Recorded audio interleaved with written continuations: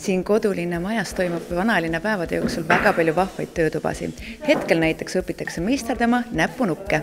Näpunukkude tegemine käis muinasjuttude alusel, mida vanemad samal ajal lastele ette lugesid. Ja need näpunukkud, mis lapsed teevad, on siis paberist kõik? Praegu on jah paberist, sest see on kõige lihtsam praegu neil teha. Peale selle on veel võimalik teha ka kas heegeldada või seal on ilmselt vaja lapsevanema abi natuke.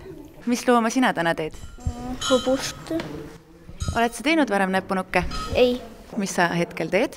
Ma karu lõikan praegu välja siin. Räägitakse, et täna õhtul tuleb vana Toomas isiklikult tornist alla, et vanalinna päevad avada. Pärast seda aga võtab järje üle Trad Attack.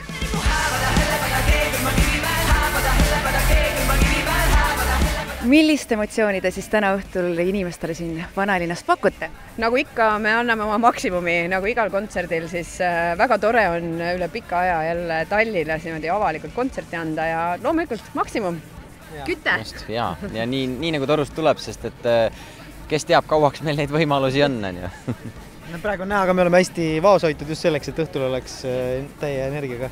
Homme läheb üritus täie rauaga edasi, pakutakse mitmeid muusikalisi etteasteid ning avatakse ka rahvakultuuriala, kust leiavad käelist tegevust nii naised kui mehed. Meil on siin Eesti Folkloorinõukogu pärimusküla ja selle raames on meil siin 3 päeva jooksul siis reedest pühapäevani võimalik osaleda erinevates töötubades ja siis vaadata, et mida need Eesti käsitöömeistrid siis erinevad kõike teevad.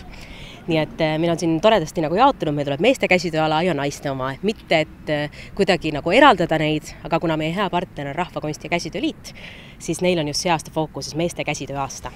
Homme esinevad Terminaator ja Soome Eesti ühisprojekt Talsingi Keika. Toimub mitmeid põnevaid ekskursioone, tänavakunstiprogramme ning avatud on ka laste- ja noorteprogramm.